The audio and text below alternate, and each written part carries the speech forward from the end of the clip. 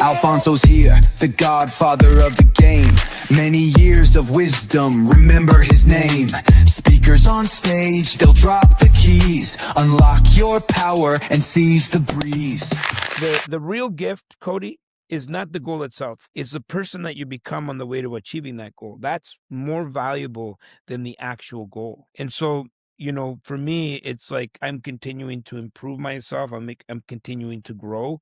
The person I am today, if you were to tap me on the shoulder at 15 years old when I was sleeping on the streets and you say, you know what, one day you're going to be speaking in front of thousands of people. I'm Cody Crabb with Investor Fuel, and joining me today is Alfonso Cuadra, founder of Wealth Genius and a real estate entrepreneur focused on helping investors think bigger about wealth creation. We're going to talk about his journey. We're going to talk about lessons from the field and what serious investors need to understand if they're really wanting to grow. Thanks so much for joining us today, Alfonso. I'm really digging that blazer that you're wearing. That is awesome. If you're just listening, check out his. Yeah, that is stylish. It's got my name in it, so even better. Wow, yeah, that is like top shelf. But enough about the blazer. I would love to hear about kind of your story. As we were chatting earlier, you were mentioning that your story was a little maybe unconventional. I'd love to hear a little bit about how you got into real estate in the first place. Yeah, so I came as a refugee from El Salvador. Oh, wow. I think you spent some time in Mexico, so it's a few doors down. Yeah. It's a little country. We went through a civil war in the 70s, and I immigrated to North America.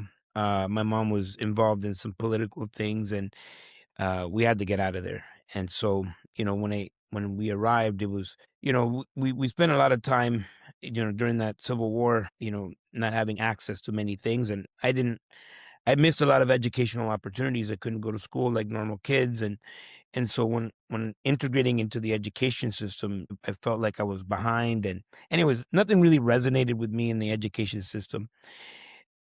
I ended up dropping out of high school at 15 years old and leaving home and having some really dark times, slept on the streets, panhandled for change. And I went through some really, really dark times, just like anybody has had some level of a dark time in their lives. Where I mean, that's pretty. You're making it sound like, oh yeah, just like everyone has. That is a pretty. I mean, you know what I mean? I think someone has gone through something in their life where they felt like powerless, or you feel like the whole world is caving in on you. That feeling, whether you're on the street. I mean, some people are in developing countries. I mean, it still feels the same.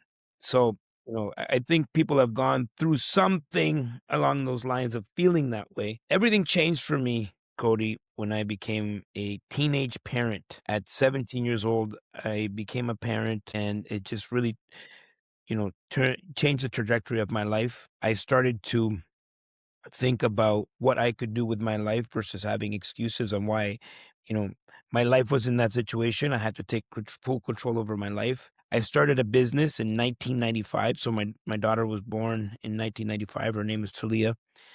And I started a business as a result of that. And that business grew to locations all across North America.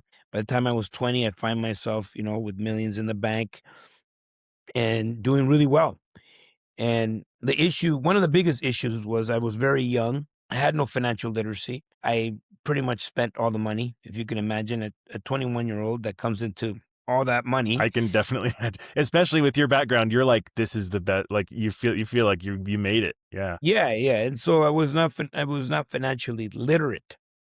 And so I would spend the money. Now fast forward 24 years old, I find myself negative $1 million.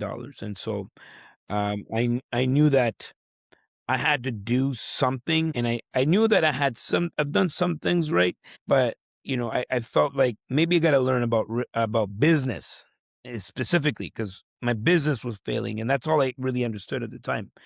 And so I started to educate myself, read Think and Grow Rich, Rich Dad, Poor Dad. Those were some of the gateway books that kind of got me onto this trajectory of learning and personal development and reading about wealthy people. And what ended up happening was I realized, like, when I was reading all these books, I realized, like, hey, I don't know anything. right? And what I needed to do is follow what these wealthy people were doing. So I never had any type of wealth in my family. And so one of the things that I noticed is that the wealthiest people in the world, number one, they're not consumers, they're investors. And so I was very much a consumer. Number two, I noticed that they have multiple streams of income. I just had that one business, and when the market changed and things changed, and my business was impacted. And then last thing is the common thread amongst all the wealthiest people in the world is real estate. And there's many reasons for that. Number one, cash yield, equity buildup, it's leverageable, it's a hard asset, and you have all the tax advantages. And so I said, this is what I got to do, right? And so this is where I decided to transition into an investor and having the investor mindset. I rebuild my business.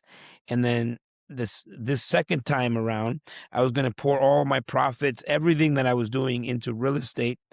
And when I was 30 years old, so now we're going on 18 plus years ago, I was able to exit out of that company, exit out of a lot of the businesses that I'd built at that time.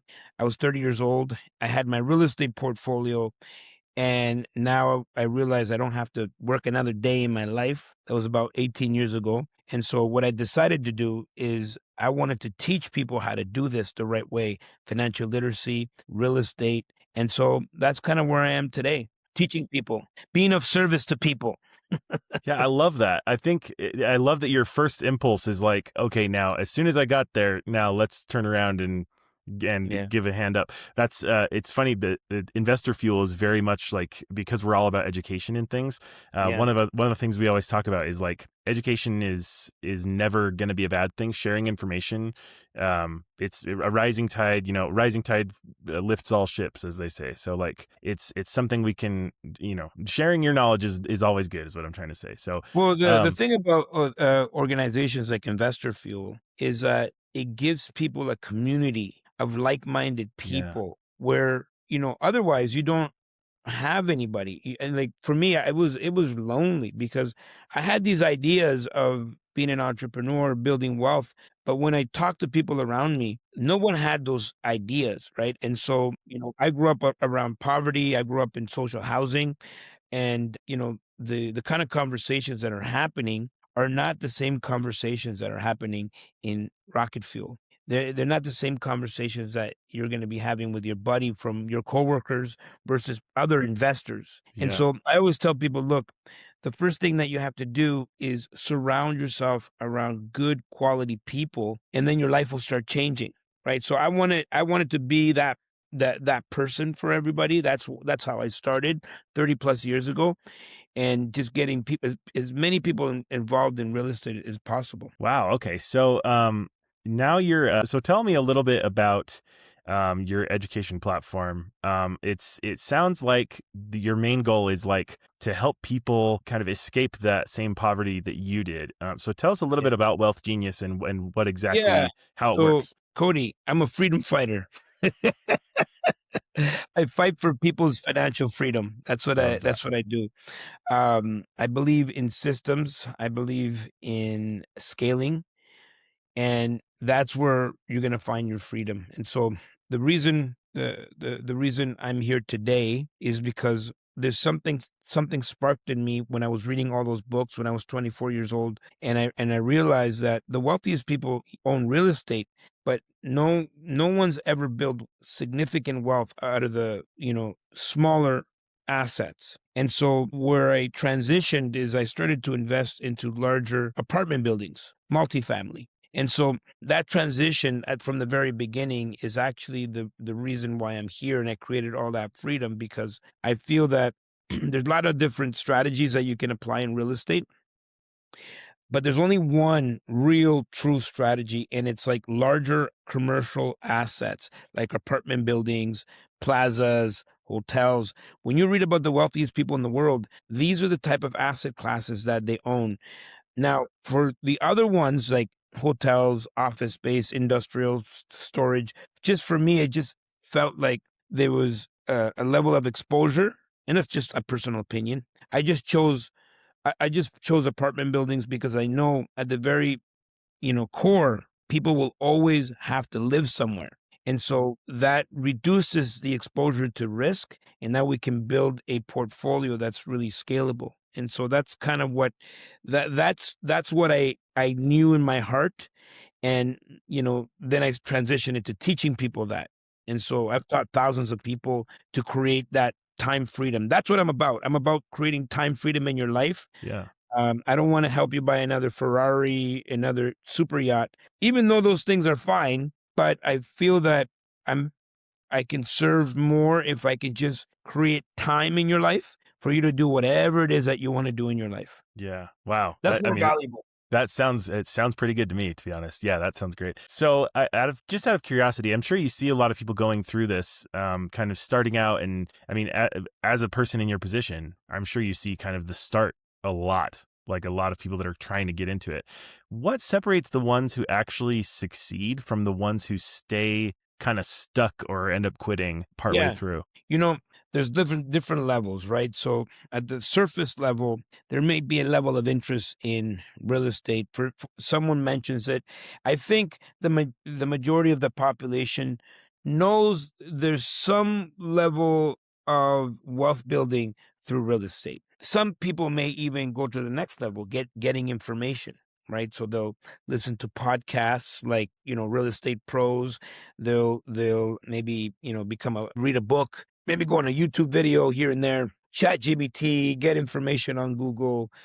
And that's good. That's the information stage, right? Then the next step is like people will get some level of education, and maybe they'll join courses and online courses, and they'll some people stay at that education phase for a very long time. The next step is commitment.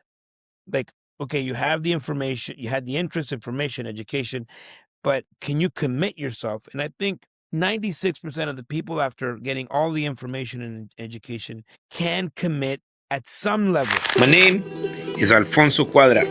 They call me the Godfather of real estate. I've been in business for over 30 years, in real estate over 26 years. I built a multi-million-dollar portfolio. And now I'm going across North America, talking to people and signing checks. I'm looking for deals because I'm building $1 billion portfolio. Is that you? Let me make an offer you can't refuse. We just don't have enough information to make this decision. There's too many unknowns. And for that reason, I'm going to have to ask you to leave. Maybe they join the Investor Fuel community. Maybe they join other communities. Maybe they join the Wealth Genius community. I mean, there's so much out there. And I would say 96% of the people can make a commitment. Anybody can commit to a job. They go there 9 to 5 and they'll be there on time, and you present your work. But that commitment is actually tricky because people feel that that's enough. That's not enough. There has to be another level, and that's determination and obsession. And that is what differentiates the 4% of the people out there that are actually executing, high-level achievers, versus 96% of the people out there. If we take things like in terms of the NBA, 96% of the players, they're committed. I mean, you get a big contract, multi-million-dollar contract, you will do what you have to do and make sure you get paid. Kobe Bryant would show up before the practice to practice before the practice, right? That's a level of obsession that not many people, that goes above commitment, right? That's a determination and obsession that you have a dedication to, making yourself better and getting the results. Well, and the word obsession specifically implies that it's like you can't imagine doing it any other way. Like that is exactly just in your bones. That's what you have to do. I've yet to meet anybody that has been determined and obsessed in achieving something that hasn't gotten there. That's a good point. So the question, Cody, was why don't many people, why aren't many people successful in real estate, even though they start, or whether they give up? The reason is they never get to that determination and obsession. What does determination mean? Willing to do what you have to do when you have to do it, no questions asked. That is a level of determination that not other people have. And so how do you get there? You have to understand why. It has to be a priority. It has to be important, and you have to have a powerful why. And so that was, going back to my story, my daughter being born gave me a level of determination and obsession that you could not deny me. Like, I was going to be successful no matter what for that little girl. Right. And so that why, even though, it sounds like cliche in many ways because a lot of successful people talk about it, but there's a reason why they talk about it, Cody. Yeah. It's because that is what changes everything. You go from commitment to obsessed. You're going to be the best in whatever it is that you're trying to accomplish. Yeah. I love that. I think that's such a good point. And I think you're right. It is a little cliche, but like cliches are usually cliche because they have a lot of truth in them. So Yeah. yeah, I think so. One thing that, I think you create a lot of value for people in a lot of ways. And I think how much of someone's success is strategy and knowledge, and how much of it is like who you surround yourself with. And because you mentioned these masterminds are so important, and not masterminds specifically, but just being in a network of people that really know what they're doing.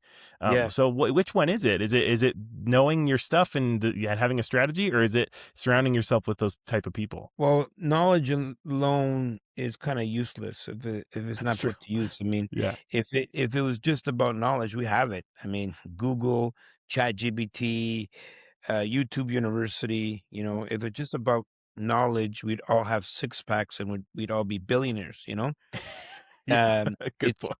it's applied knowledge that makes all the difference, and the context of how to use the knowledge.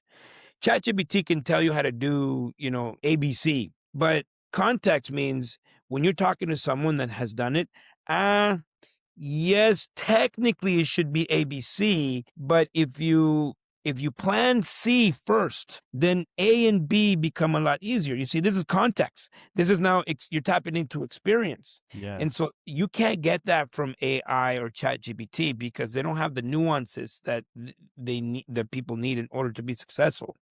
And so that's a key component of a community, or being around people that are like-minded. What happens is you start getting more of the context. And, for example, you're in a community of people transacting and doing deals, and someone says, well, you know what, why don't you come along? Come along, just come along. I'm looking at a property next Friday, right? That's what happens when you join a community. You're like, okay, I'm doing this next Friday. Come along, and then you join that person. If you're a newbie, all of a sudden you get access to look at something from a perspective of someone that's been doing it for 5 years, right? Yeah. That's context. Content alone is useless, right? And we can listen to as much podcasts and read books, content, but if you have no context, and that's what happens with a community. When you surround yourself around people that are actively doing something, you're gonna build context, and that context and content together build confidence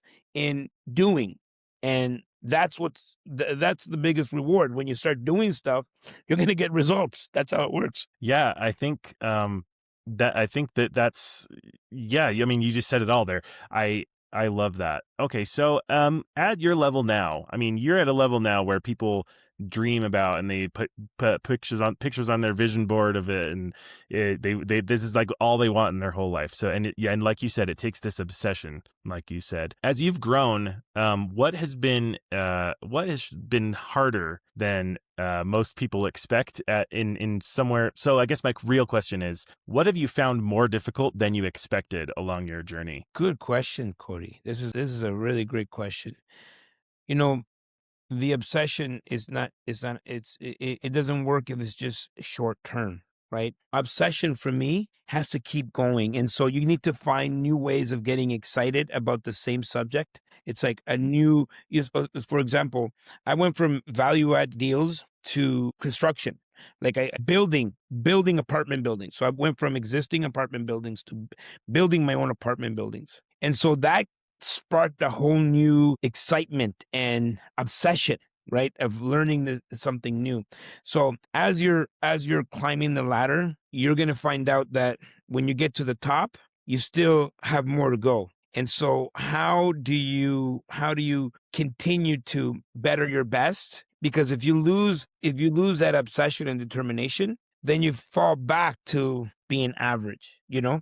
Like, what keeps LeBron James still pursuing greatness at 42 years old, right? In his 22nd season of the NBA. Yeah.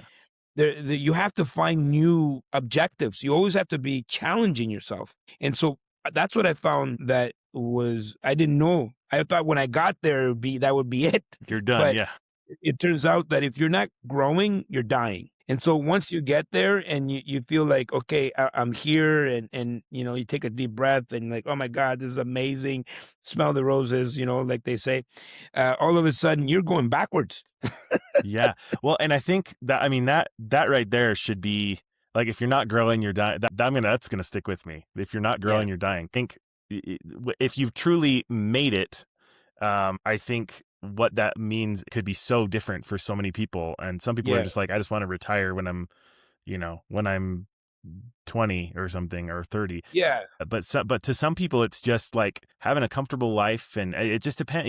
Success depends on everybody else, or not on everybody else. It depends on yourself. It doesn't depend on everybody else. So it sounds interesting, because it sounds like growth for you is partly about like scale, but also like staying challenged. Like, it kind of sounds like, do you find yourself taking on projects like just to see if you can do it at this point? Yeah. It's like, I have this philosophy of expansion, and you're either expanding or you're contracting, but you're not doing both. And if you're contracting, then you've become a spectator.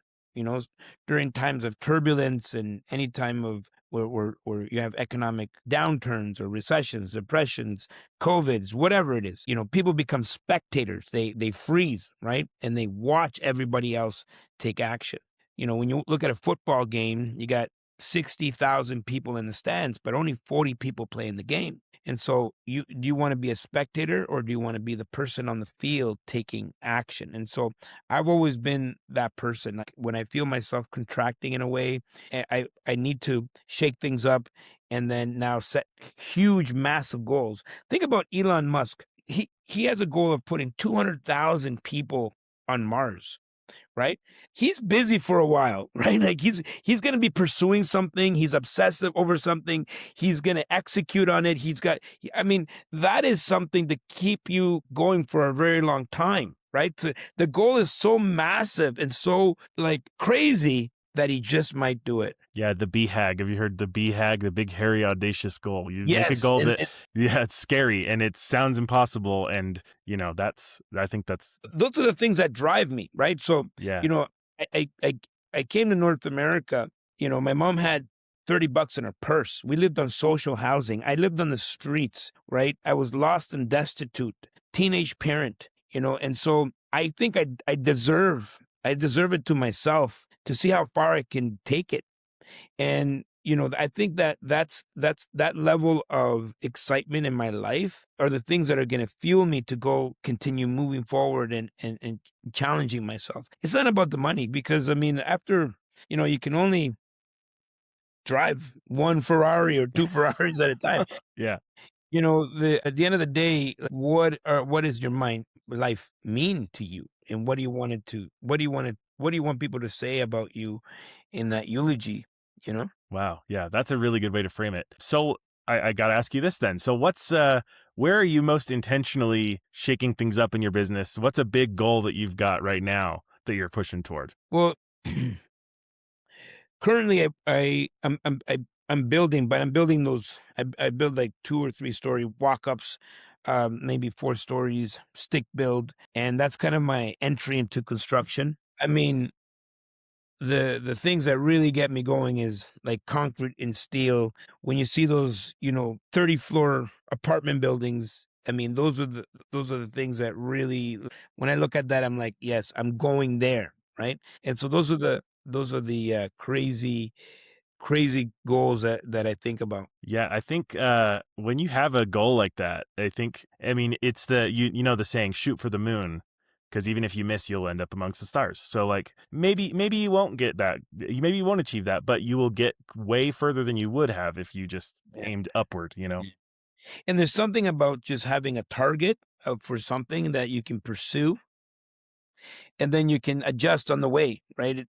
And so if you're achieving all of your goals, you're aiming too low. The objective of having what do you call it, big audacious goal, or what was it called again? BHAG. It's the big, hairy, audacious goal. Big hairy out there. I don't know about hairy, but it's but it's like a big something that it's going to challenge you. The real gift, Cody, is not the goal itself. It's the person that you become on the way to achieving that goal. That's more valuable than the actual goal. And so, for me, it's like I'm continuing to improve myself. I'm continuing to grow. The person I am today, if you were to tap me on the shoulder at 15 years old when I was sleeping on the streets, and you say, you know what, one day you're going to be speaking in front of thousands of people, helping thousands of people, but you'd have this multi-million-dollar portfolio, I would say you're crazy. How? I would not even be able to tell you. But now being here, what I'm most proud of is the person that I've become, not the stuff, not the things. And so that's the value of pursuing something larger than yourself, or something that seems unattainable, is that on the way there, you are becoming someone. And that is more valuable than any goal. Wow, I love that. Yeah, I think that the journey itself is oftentimes where things are great, where we improve. So just a couple more questions here as we finish off. So you're pursuing that next level. I mean, what do you feel like has to, I love to kind of put these in concrete terms, no pun intended, to make people think about like, what would they maybe have to do at their level? So, you're pursuing this next level, starting with these walk-ups, you want to kind of expand eventually. I'm going to do these big giant skyscrapers and stuff. What do you feel like has to change for you to go from one to the other? I got to surround myself with people that are doing that. Number one. Number two, I need to attract a partner that is strong in that field. So, when I entered construction, I actually partnered with someone that is already doing construction, and I was able to tap into that experience because I'm not a construction guy. And so, there's certain things I bring to the table, but that expertise, you can't learn that overnight. And so, and then create the vehicles and the investors that are gonna, bring me to that type of project. Yeah, I think relying on just yourself can only get you so far sometimes. Being able to rely on some other experts and bringing people that know what they're doing can make all the difference sometimes. Yeah. Well, thanks so much for all that you've given us today, Alfonso. Your story is amazing. It's been really great to talk to you. Just a couple more things here. So first of all, if people want to learn more about your education platform, if they want to get in touch with you, if they want to just learn more about you, where should they go online to do that? Well, there's the two easiest ways is, number one, find me on Instagram, at Alfonso Cuadra. All right. So that's number one. And just make sure that it's a real account. I counted yesterday. It's like there's like 15 fake accounts. Okay, so well, that's how you know you made it, when someone's trying to pretend to be you. Yeah. Yeah, so just make sure it's a real account, and you probably see by the activity or whatnot. Just make sure it's a real account. Maybe you can send me a message. Okay, just say, hey, I found you on Investor Fuel, Real Estate Pros, and if you follow me, I'll follow you back. The second one is my YouTube channel. So go on YouTube, Alfonso Cuadra, and you get to kind of follow along, and you get to see what I'm doing. And anything I have to say on there resonates with you guys, send me a DM and let's connect. The third one is alfonsocuadra.com or wealthgenius.ai. Join us for our 10th and biggest Expand Investor Conference. And this year, this November, we are doing it in Calgary, Alberta. Yeah! And it's going to be a big one. And I want you to go and get your tickets right away. Our Expand Investor Conference, our 10th edition of our Expand Investor Conference, is happening in Alberta. Get your tickets right away.